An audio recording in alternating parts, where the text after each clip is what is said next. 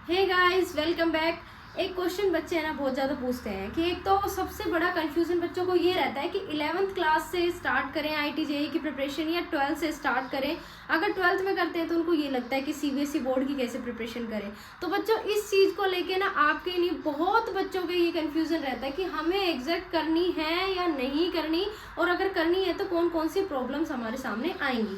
तो आज मैं आप लोगों के सारे जवाब दूंगी। पहली बात कि आप लोगों को 11th से शुरू करनी है या नहीं करनी, अगर आप 12th में कर रहे हो तो आपको कैसे करनी है, ठीक है। अगर आप ड्रॉप भी कर रहे हो तो आपको कैसे प्रिपरेशन करनी है, ठीक है। दूसरी बात, जो मेजर क्वेश्चन रहता है वो रहता है ऑर्गेनिक केमिस्ट्री हम शुरू कैसे करें।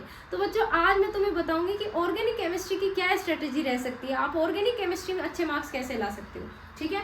तो बिना टाइम वेस्ट करे शुरू करते हैं। आपका जो पहला क्वेश्चन है वो ये है, क्या हमें 11th क्लास से जेईई की प्रिपरेशन शुरू करनी चाहिए। तो मेरा आंसर होगा यस, बिल्कुल करनी चाहिए। अगर आप लोग अभी 11th में हुए हो तो आप लोगों के पास में टाइम है, आप शुरू कर सकते हो। उससे फायदा क्या होगा, उससे फायदा ये होगा कि आपका जो 11th क्लास का जो ऑर्गेनिक केमिस्ट्री का सिलेबस होता है उसमें बेसिक होता है एक तो नोमेनक्लेचर। तो नोमेनक्लेचर के हमारे पास जितने भी मतलब जो भी चीजें हो ना नोमेनक्लेचर की क्लियर करके चलो, ठीक है। उसके बाद में होता है जीओसी एंड स्ट्रक्चरल आइसोमर्स। ये तीन मेजर टॉपिक हैं जो हम 11th क्लास में कंप्लीट करते हैं। अब दिक्कत क्या आती है, जब हम 11th क्लास को बहुत सीरियस नहीं लेते और अचानक से मूड बनाते हैं कि अब 12th क्लास में हमने जेईई की प्रिपरेशन करनी है, तो उससे दिक्कत ये होती है कि हमारे ये तीनों टॉपिक जो है वीक रह जाते हैं और उससे हमें बैकलॉग बाद में प्रॉब्लम फेस करनी पड़ती है, ठीक है। बैकलॉग कभी क्लियर नहीं हो पाता। तो मेरा आंसर होगा भाई जो अभी 11th में है वो प्लीज़ स्टार्ट कर दो अपने प्रिपरेशन। अब बात ये है कि जो बच्चे 12th में हो चुके हैं उनको कहाँ दिक्कत आती है, उनको आती है सीबीएसई एग्जाम के थ्रू, ठीक है। तो कई बच्चे ऐसे सोचते हैं कि अगर मैं जेईई की प्रिपरेशन करूंगा तो मेरी परसेंटेज में कोई फ़र्क पड़ेगा। तो मेरा आंसर होगा नहीं बच्चों, परसेंटेज में उसके में फ़र्क पड़ेगा जो ना जेईई का पड़ेगा और ना बोर्ड्स का पड़ेगा। उसके अलावा जो बच्चा सीरियसली पढ़ रहा है, जो सीबीएसई के लिए सोच रहे हैं ना कि मैं 95 या 90 ला पाऊंगा या नहीं ला पाऊंगा जेईई के लिए, तो बेटा आंसर है ला पाओगे। बट शर्त ये है आप लोग अगर जेईई की प्रिपरेशन कर रहे हो तो वो सीरियसली होनी चाहिए, है ना।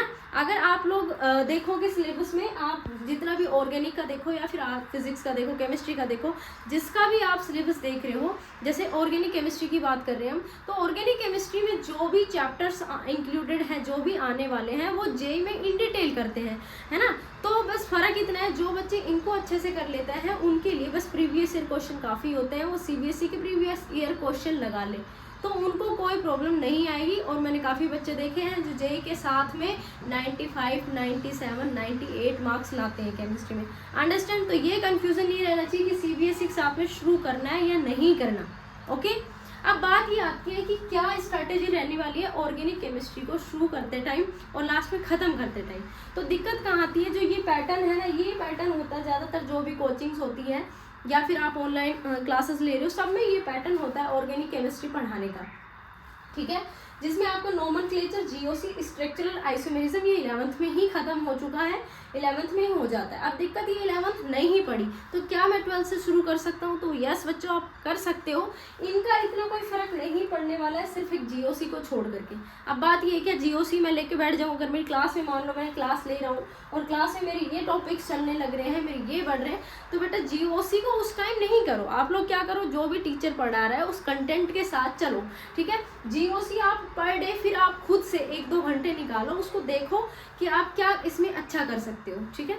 जितनी भी चीज़ें हैं आप बैकलॉग जो है ना, हमेशा ये नहीं कि जो भी चैप्टर चल रहा है वो छोड़ रहे हो और बैकलॉग क्लियर कर रहे हो, नहीं। बैकलॉग पूरी तरह से, ऐसा नहीं कि पूरी तरह से आप बैकलॉग पर डिपेंड हो गए। उसका भी मैं एक सॉल्यूशन बताऊंगी कि कैसे क्लियर करना है बैकलॉग। अभी ये पैटर्न देखो जैसे अपन ने स्ट्रक्चरल आइसोमेरिज्म करा है, उसके बाद में हम रिएक्शन मैकेनिज्म एंड रिएजेंट्स वगैरह पढ़ना शुरू करते हैं। और ये जो है ये पैटर्न रहने वाला है, इसमें रिएक्शंस आती है, लास्ट में नेमिंग रिएक्शन, और जो 11th का जो पार्ट है हाइड्रोकार्बन वो हम इसमें कंप्लीट करते हैं।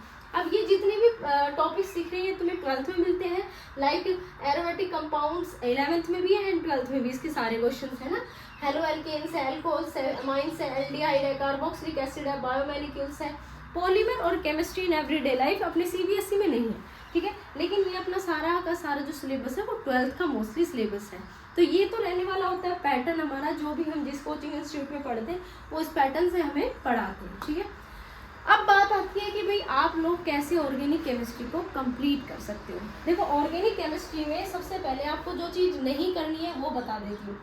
मैंने लिखा हुआ है नंबर 1 पर GOC प्लस स्टीरियो आइसोमर।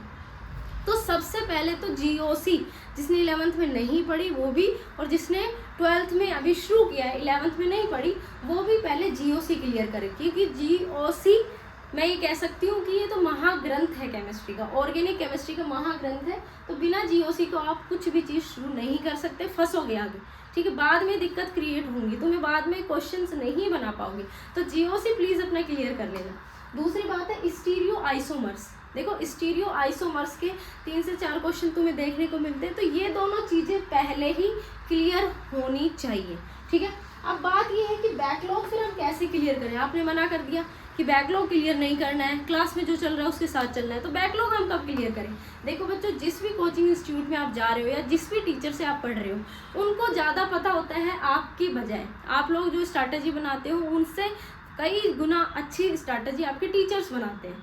तो कहने का मतलब ये है कि अगर आपके कोई बैकलॉग रह भी गए हैं, ठीक है, जैसे ऑर्गेनिक केमिस्ट्री का आपका GOC छूट गया 11th में और 12th में आपने शुरुआत करी, तो हमेशा अपने टीचर से पूछें कि मैं GOC में क्या पढ़ सकता हूँ। टीचर आपको शॉर्ट मेथड, दैट मीन्स आपको 4 से 5 पेज में कुछ ऐसा बताएंगे, या फिर आपको कोई नोट्स प्रोवाइड करा देंगे कि बच्चे ये वाला कर लो, इससे आपके बैकलॉग मोस्टली क्लियर हो जाएंगे। और जब आप क्वेश्चंस बनाओगे ना, GOC ऐसी है कि आपने जैसे कंसेप्ट पढ़ा, जितने क्वेश्चंस की प्रैक्टिस करी, DPP सॉल्व करी, GOC क्लियर हो जाएगा।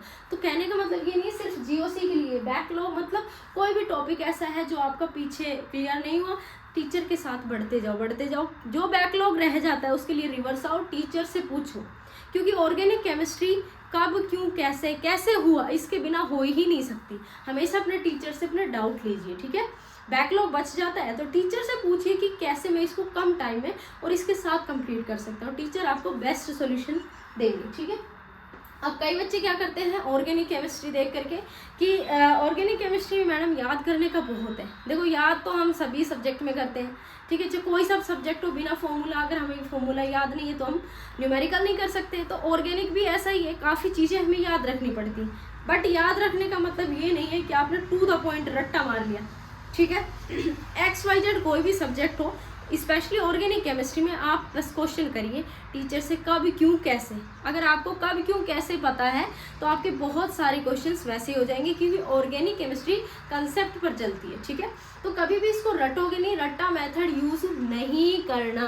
अंडरस्टैंड, ये तीनों चीज़ें आपको ध्यान रखनी है ऑर्गेनिक केमिस्ट्री की प्रिपरेशन में। एक दिक्कत कहाँ आती है, जब हम JEE की प्रिपरेशन कर रहे होते हैं तो शुरू में हम बड़े चाव के साथ में शुरू करते हैं, ठीक है। फिर बाद में जैसे अक्टूबर नवंबर के बाद में स्कूल का भी सिलेबस खत्म हो जाता है, प्री बोर्ड शुरू होने लग जाते हैं, तो हम ना बाद में बड़ी दिक्कत होती है कि हम प्री बोर्ड पर फोकस करें, बोर्ड्स पर फोकस करें, JEE पर फोकस करें। उसके चक्कर में होता क्या है, जो मैंने ये नीचे का पार्ट छोड़ दिया ना, ये पार्ट बच्चा छोड़ के चला जाता है। ऐसा नहीं करना, आपका बोर्ड्स का एग्ज़ाम अच्छा ही होगा, नो डाउट, अगर आपकी ऑर्गेनिक केमिस्ट्री वैसे भी अच्छी है तो, ठीक है। अगर आप ये पूरा सिलेबस करोगे तो इनके लिए प्रीवियस ईयर क्वेश्चन की प्रैक्टिस काफ़ी है, जो कि उसके कई गुना लेवल से कम आती है, ठीक है। मतलब उसमें डायरेक्ट क्वेश्चन भी आते हैं, जैसे नेमिंग रिएक्शन डायरेक्ट पूछ ली, और जो रिएजेंट्स हैं उनका भी सिंपली यूज़ बिल्कुल सीधा दिखेगा। कहने का मतलब ये है कि लास्ट में ये दिक्कत आती है कि जो टॉपिक छूट जाते हैं उनको हम छोड़ ही देते हैं JEE की प्रिपरेशन के टाइम। तो आप लोगों को बिल्कुल भी ये नहीं करना है। और जो मैंने चीज़ बताई है कि एक तो तुम्हें GOC और स्टीरियो आइसोमर्स करना है, बैकलॉग जरूर क्लियर करोगे, रटोगे नहीं केमिस्ट्री को, ठीक है। पूरे जितने भी बच्चे हैं बेटा, आप लोगों को ये कैसा लगा सेशन, और मुझे बताना कि आप लोग किस चीज़ की प्रिपरेशन कर रहे हो। कितने बच्चे यहाँ पर JEE की प्रिपरेशन कर रहे हैं और कितने बच्चे नीट की प्रिपरेशन कर रहे हैं। ये सब लोगों के लिए, चाहे JEE हो, नीट हो, स्पेशली मैंने इंक्लूड ऑर्गेनिक केमिस्ट्री को करके किया है। I hope you understand. Thank you very much.